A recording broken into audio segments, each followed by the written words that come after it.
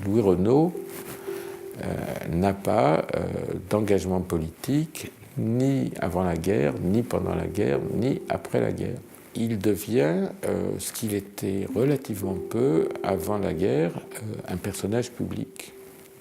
Avant la guerre, les occasions où on le voyait en public, c'est quand il allait au bras de sa compagne Jeanne Hatto à l'opéra, au théâtre, dans les réceptions mondaines. C'était un homme qui avait réussi. Pendant la guerre, il devient un homme des rapports avec l'État, avec les hommes politiques, Mitterrand, Albert Thomas et bien d'autres. Alors il n'est pas tendre avec le ministère des Finances, il n'est pas d'une tendresse absolue avec une partie des militaires, et il est l'apôtre d'une coopération publique-privée où le privé serait moteur. Pendant 3 ans, Albert Thomas, ministre de l'Armement, socialiste convaincu, sera l'un de ses principaux interlocuteurs politiques.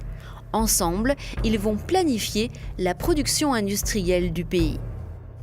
Et donc, dans cette alliance un peu contre nature entre Albert Thomas et Louis Renault, tout va être fait pour que les usines fonctionnent le mieux possible.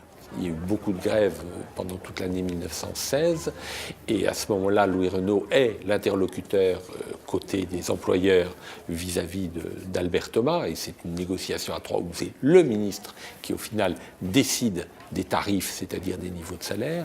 Il va ensuite y avoir des séries de conflits pendant l'année 1917 où Louis Renault interviendra lui aussi de façon à être un peu le négociateur. Et puis il y a un moment important, c'est en juillet 1917, quand on décide chez Renault qu'on met en place une élection des délégués d'atelier, et ça c'est sous la pression d'Albert Thomas qui voulait qu'un tel processus se mette en place et qui demande à ce qu'il se mette en place chez Louis Renault, dans l'entreprise Renault, de façon à ce que ça fasse école dans les autres entreprises, parce que Albert Thomas lui-même ne peut pas le faire par voie législative ou réglementaire, il sait très bien que ça ne passera pas. Donc il y a un rôle politique personnel de Louis Renault qui s'appuie sur la visibilité de l'entreprise et l'importance industrielle et économique de Louis Renault dans un contexte social extrêmement dégradé.